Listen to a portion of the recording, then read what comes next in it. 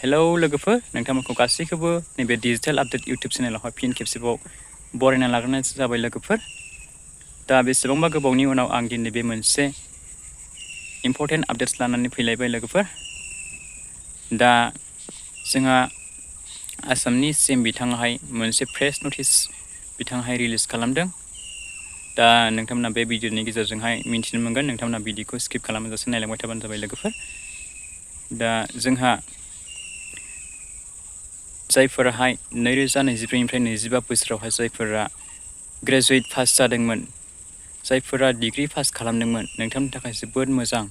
फरायसा फरायसुलि स्टुडेन्ट्सफोरनि थाखाय जोबोद मोजां खौरां सफैदों लोगोफोर दा नोंथांमोना भिडिअखौ जोबजासे नायब्लासो बुजिगोन दा बे भिडिअआहाय जोबोद इम्पर्टेन्ट जानो थांगासिनो दं लोगोफोर नोंथांमोननि थाखाय दा बिथाङाहाय आसामनि सिएमआ जोंहा मोनसे जीवन प्रेरणा स्कलारशिप स्किम होननाय मोनसे लन्च खालामना होलायबाय लोगोफोर दा बे स्किमखौहाय नोंथांमोना माबायदिहाय मोननो हागोन बेसेबां एलिजिबिलिटि क्राइटेरिया नांगोन क्वालिफिकेसन जोंहा बेसेबां नांगोन दा बिनि सायावनो आं बे भिडिअनि गेजेरजों A to Z डिटेल्स नोंथांमोननो मिथिहरनो सानदों जे लोगोफोर नोंथांमोना भिडिअ आपडेट्स थाबाय थाबानो जाबाय नोंथांमोना स्किप खालामाजासे भिडिअखौ नायलांबानो जाबाय दा प्रेरणा स्कलारशिप स्किम बे स्किमनि जोहैहाय जोंहा आसामनि सिएम बिथां हिमन्त बिश्व शर्मायाहाय जायफोरा 2024निफ्राय 25 बोसोरावहाय जायफोरा पास खालामदोंमोन ग्रेजुवेटखौहाय दा बिथांमोननो मान्थलि 2500 करि नोंथांमोननो होनो थांगासिनो दं लोगोफोर बेनिफ्राय नोंथांमोननो माखासे 20,000 40,000 माखासे एलिजिबिलिटि क्राइटेरिया क्वालिफिकेसन इडुकेसनेलखौ नायनानै नोंथांमोननो होगोन होननानै बिथाङाहाय प्रेस नटिस बिथाङाहाय फोसावबाय रिलिज खालामखाबाय लोगोफोर बिथाङाहाय बे गावनि टुइटारनि गेजेरजों टुइटनि गेजेरजों दा बे नोंथांमोननि थाखाय मोनसे लेटेस्ट आपडेट्स जोबोद मोजां खौरां लोगोफोर दावहानि समावबो जोंहा गोबां मोजां खाबु सुबिदा मोनगासिनो दं लोगोफोर दा बे स्किमखौहाय जीवन प्रेरणा स्कलारशिप स्किमखौहाय नोंथांमोना मालानिफ्राय मोननो हागोननो 5 जुन नोंथांमोना 5 जुननिफ्राय बे जीवन स्कलारशिप प्रेरणा स्किमखौहाय नोंथांमोना मोननो हासिगोन लोगोफोर जायफोरा 2024 मायथाइनिफ्राय 25 बोसोराव जायफोरा ग्रेजुवेटखौ पास खालामदों दा बिथांमोननि थाखायसो बे भिडिअआ जोबोद इम्पर्टेन्ट आपडेट्स जानानै फैदों लोगोफोर दा जोंहा बिनिनो सायाव आसामनि सिएम बिथाङाहाय माखासे फंनैसो बिबुंथि लाखिदों बिथाङा गोख्रोङै बिबुंथि होलांदों बिथाङाहाय बे स्किमखौहाय लन्च खालामनाय बे स्किमखौहाय जायफोराहाय ग्रेजुवेट पास खालामनाय 24-25 बोसोरावहाय एलिजिबिलिटि क्राइटेरिया एडिशनेल क्वालिफिकेसन माबायदि नोंथांमोना मोननो हाबावगोन नोंथांमोना बिथाङा बुंनाय माखासे फंनैसो भिडिअ क्लिप्सखौहाय नोंथाङा नायनानै लाबावदों लोगोफोर दा आङो बे भिडिअ क्लिप्सखौहाय नोंथांमोननि गेजेरावहाय होना होनि नोंथांमोना नायना लाबानो जाबाय दै लोगोफोर আজি আমি এটা ডাঙৰ স্কিম এটা এনাউন্স কৰিছো মুখ্যমন্ত্ৰী জীৱন প্ৰেৰণা আঁচনি এই আঁচনিৰ অধীনত 1 জুনৰ পৰা আবেদনৰ প্ৰক্ৰিয়া আৰম্ভ হ'ব 2024-25 চনত গ্ৰেজুৱেচন পাছ কৰা প্ৰতি গৰাকী ছাত্ৰ ছাত্ৰীয়ে এবছৰৰ বাবে 2,500 টকা মাহেকি তেওঁলোকে লাভ কৰিব যাতে ইন্টাৰভিউ আদি তেওঁলোকে এপিয়াৰ হ'ব পাৰে মুখ্যমন্ত্ৰী জীৱন প্ৰেৰণা এই আঁচনিখন আজি কেবিনেটে অনুমোদন জনাইছে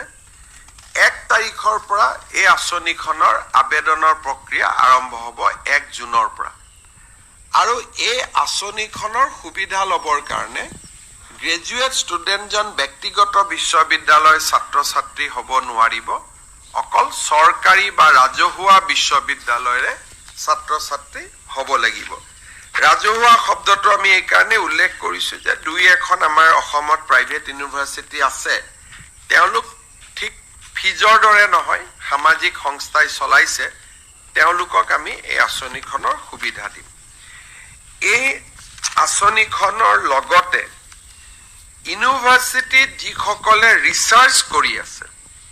সেই ৰিচাৰ্চ কৰা ষ্টুডেণ্টসকলকো আমি জীৱন প্ৰেৰণা স্কিম আমি আগবঢ়াম তেওঁলোককো আমি এই আঁচনিখনৰ জৰিয়তে এটা এককালীন সাহায্য আমি আগবঢ়াম আৰু দিব্যাংগ ৰিচাৰ্চ কৰা সকলক আমি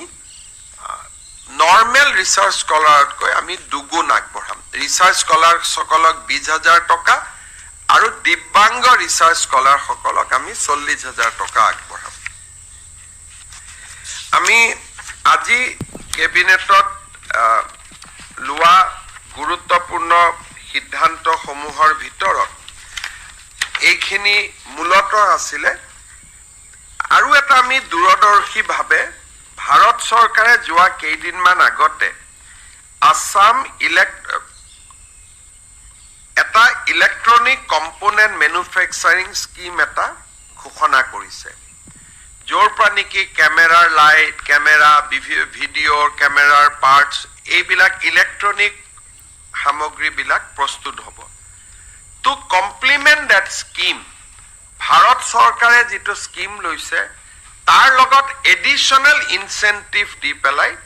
আজি আমি Assam electronics component manufacturing top up scheme top up মানে ভাৰত চৰকাৰে যি ইনচেন্টিভ দিছে তাতে আমি টপ আপ কৰিছো এই আঁচনিখনো বা এই প্ৰস্তাৱটো আজি কেবিনেটে অনুমোদন জনায় दा नोंथांमोना खोनाखाबाय नुखाबाय नङा होमबा लोगोफोर बे भिडिअ क्लिप्सनि गेजेरजोंहाय बिथाङाहाय मा बुंलांखो दा नोंथांमोना जुन मासनिफ्राय स्कलारशिपनि स्किमखौहाय बिथाङा लन्च खालामगोन होनदों नोंथांमोना मोननो थांगासिनो दङ जायफोरा 2024निफ्राय 25 बोसोरावहाय ग्रेजुवेट पास जादोंमोन दा बेनोमोन लोगोफोर दा नोंथांमोना बे आंनि डिबि अफिसियेल ब्लगार चेनेलखौहाय नोंथांमोना साबस्क्राइब खालामनानै लाबानो जाबाय आरो भिडिअखौ नायनो मोजां मोनदोंब्ला नोंथांमोना लाइक खालामलांबानो जाबाय लोगोफोर